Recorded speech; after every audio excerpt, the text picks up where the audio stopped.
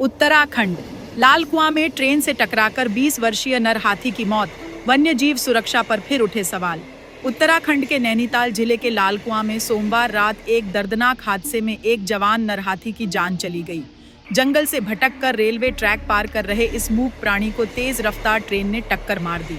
हादसा इतना भयावह था कि हाथी ट्रैक से उछलकर पास के एक घर के सामने आ गिरा। यह घटना रात लगभग 11 बजे मुक्तिधाम के पास हुई।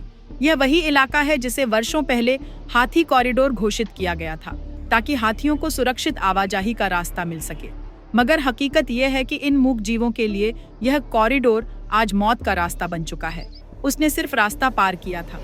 20 साल का यह नर हाथी शायद बस जंगल से निकलकर अपने झुंड से मिलने या पानी की तलाश में आया था। उसे क्या पता था कि लोहे की 2 पटरियों के बीच उसकी जिंदगी खत्म हो जाएगी।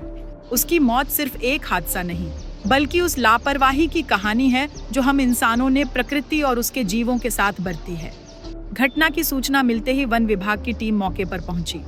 एसडीओ अनिल जोशी ने बताया, जांच में सामने आया है कि यह हादसा आगरा फोर्ट जा रही ट्रेन से हुआ। हाथी की उम्र करीब 20 साल थी। जिस क्षेत्र में घटना हुई है वह हाथी कॉरिडोर के अंतर्गत आता है, जहां स्पीड लिमिट तय है।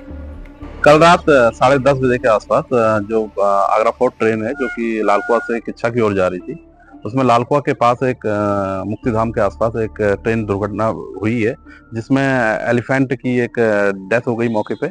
वनकर्मियों द्वारा रात्रि में ही सूचना मिलने पर तत्काल रूप से स्थिति का क्षेत्र का मुआयना किया गया है।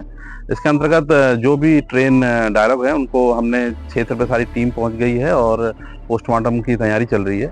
और नियमानुसार जो भी पायलट हैं, लोको पायलट हैं, ट्रेन के जो भी कर्मचारी इस ट्रेन चालक थे, उनके विरुद्ध जो नियमानुसार भारतीय वन अधिनियम के अंतर्गत मुकदमा दर्ज किया जाएगा। क्या जानवरों की जान की कोई कीमत नहीं? यह पहली बार नहीं है जब इस रूट पर हाथी की जान गई हो। पिछले वर्षों में भी कई हाथियों की इसी तरह दर्दनाक मौत हो चुकी है। वन्य जीव संरक्षक और स्थानीय लोग लंबे समय से चेताते आ रहे हैं कि इस कॉरिडोर में खास सुरक्षा उपायों की जरूरत है, जैसे ट्रेन की स्पीड सीमित करना, सेंसर आधारित चेतावनी प्रणाली लगाना और निगरानी बढ़ाना। हर बार हम सिर्फ मौत गिनते हैं, कोई सबक नहीं लेते। ये हाथी हमारी धरोहर हैं, हमारी जमीन से जुड़े हैं। जब एक हाथी यूं ट्रेन से कटता है तो सिर्फ एक जान नहीं जाती, हमारे जंगलों की आत्मा पर चोट होती है। अब क्या उम्मीद करें? एक बार फिर वन विभाग और रेलवे प्रशासन कटघरे में है। सवाल वही हैं, जवाब अब तक अधूरे। क्या अगला हाथी भी इसी तरह मरेगा या अब वाकई कोई ठोस कदम उठाए जाएंगे?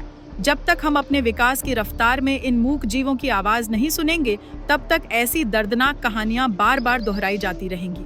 इंडिया फर्स्ट रिपोर्ट्स के लिए एजाज हुसैन की रिपोर्ट।